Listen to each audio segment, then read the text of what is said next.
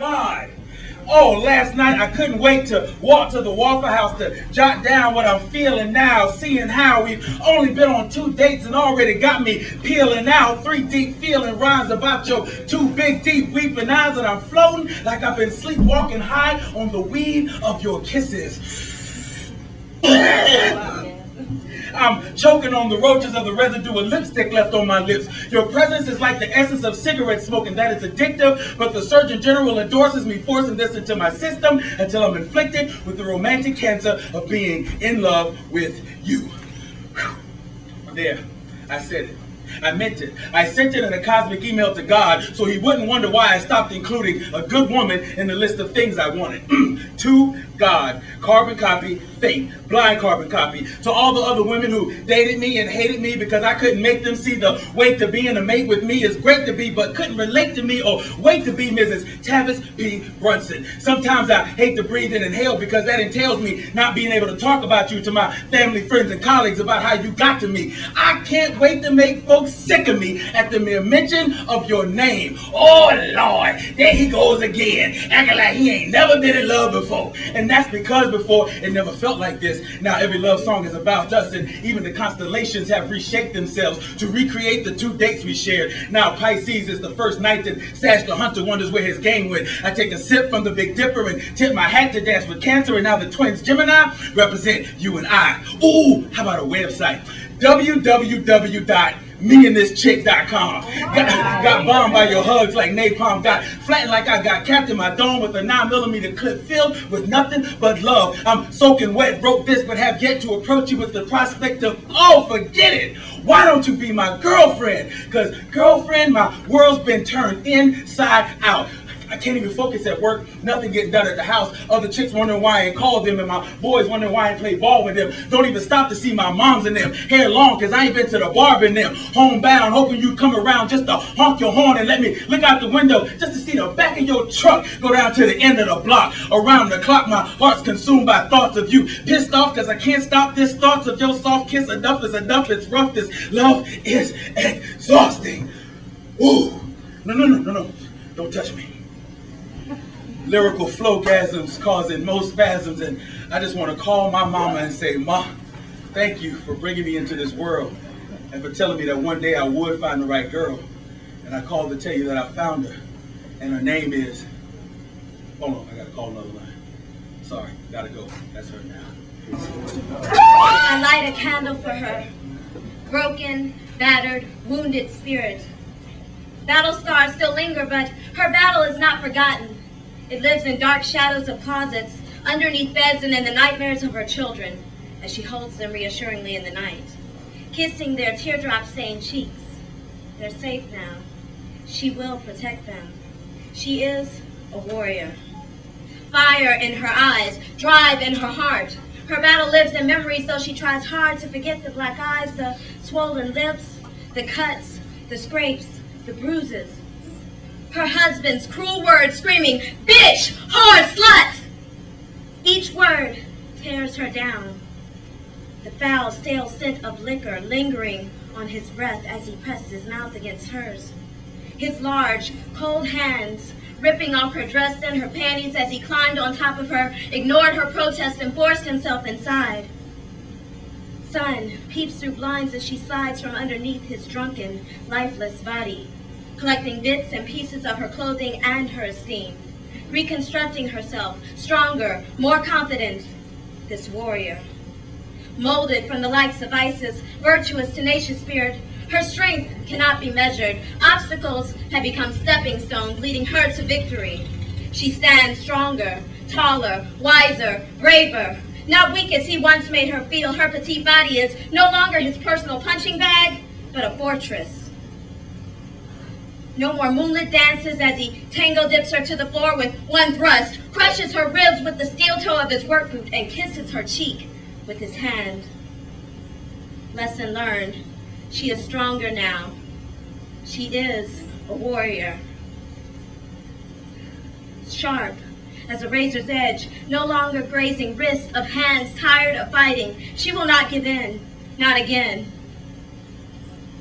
She stands stronger, taller, wiser, braver. She is a warrior. All right.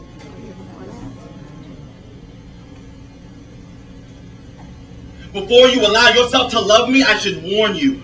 Distance has always been a friend to me. I've become intimate with the space it creates, the security of having nothing around you, the cushion of solitude.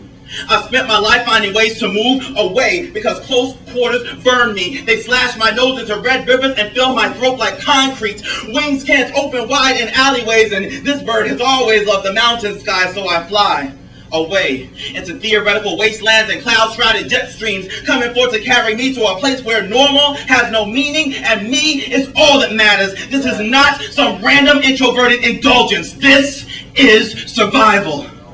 I'm too dangerous to society. My wings are dripping with cyanide and razor blades that slice the sky, bleeding it black to hide me. And my dreams could be death to dozens of developing nations still hoping to make Uncle Sam admit he's their deadbeat daddy. See, when I sleep, I dream of summer.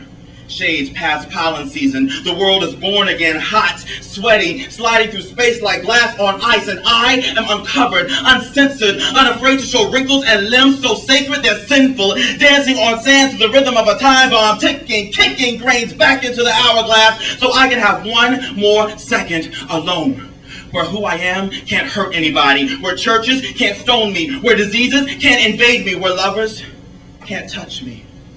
I started by running 5 miles a day in my Adidas with the torsion control, pounding pressure into my knees, praying that they could take the weight and keep on going. Then I got a getaway car, never missed a chance to drive to the mountains, to the river, to the liquor store, to the internet, to the arms of the one who could fuck me when the one who wanted to love me got too close. I put 193,678 miles between me and the nearest connection, never taking anything but the interstates, always never slowing down for pedestrians, thanking God that my car gets 35 miles per gallon on the highway, because stopping lets others get too close. Loving lets others get too close. And close equals danger when you're always 1 second from detonating, when poison drips from your wings, and you know that the best kissers carry the sharpest knives. So I will not allow you to get close enough to love me. I need this distance, the safety of this solitude. I'm an archangel blue, balanced on nothing but threads and feathers, so don't take another step towards me with that love shit, because if you do, I just might fall. Yeah. Lives taken, sweet and tender, burdens, obstacles, but no surrender. Now, no Malcolm to lead, no Martin to tend. Without the figurehead, true struggle begins. Young black America with no limit to choice. But where, I say, where's your voice? The whispers of your change and the hints of your growth. The roaring awakening and the deafening crescendo.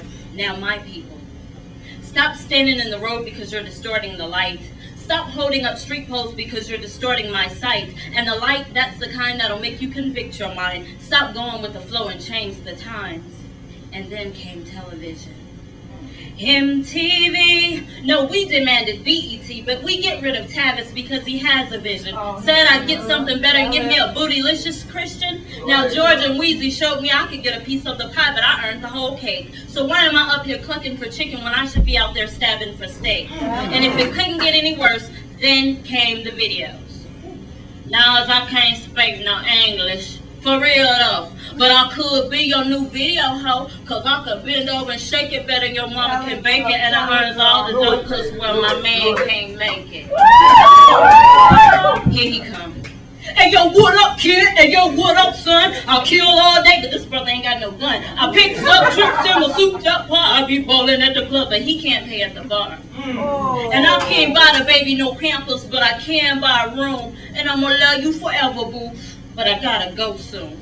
See, I have lived this very life until I was well aware that my sisters were headed for blue eyes and blonde hair. But luckily for me, the ancestors' power emerged from within. I ditched this fake ghetto fab for India Reed's brown skin. I looked in the magazine the other day and I was impressed to see a brick house sister, and she looked just like me. Same magazine 2 pages later, saw my Caucasian sisters all a mess. A botched lip implant, complications from a tanning bed. Who pumped this fallacy into this poor child's head? And then I understood it. The news got it confused. Here's your reality. I'm going broke to be her, but she's literally dying to be me. So now I preach that self-love and that God loves is all that it takes to win. Love who you are with what you have and no matter what skin you're in. And now the movement of Generation Excellence begins. Mama says this is better for us. Says there was no gospel in abortion back then. She says birth hurts worse than 1980. I'm 22 with baby laced in hips. Mama speeds fast to the clinic, to Christ. I-20 slowly wraps its noose around my womb. But there, at the abortion clinic, a 14-year-old girl cries on concrete. That day, we just learned to step large over guilt. Mama's sanctified hands reaches in leather pockets. She pays for 9 a.m. There at the clinic, me and Mama sit shoulder to shoulder. Mama in cross, I in paper gown. Nurse brings ultrasound. It shows twins. I wonder if the birthstone will be Ruby, Grandma's first name. I wonder if they will pick wildflowers for their hair or like Coltrane. I wonder if they will love poetry the way I love them. But this clinic ain't no place to be wondering about future, especially when Mama's got a ransom out for their heads. The nurse escorts me in the room, plays lullaby music to console me. I go through with it. She feeds me peanut butter and mints, escorts me back to Mama. I stand there with both babies in biohazardous bags. These 2 receipts, proof to the purchase she has made. Mama smiles, proud of me. Just like when I got baptized when she asked me to. In the car, she asked me if I remember them spreading my legs. Asked if I remember the scalpel cutting past me. I asked her for once to just remember me. The kindest thing that has ever spread her legs.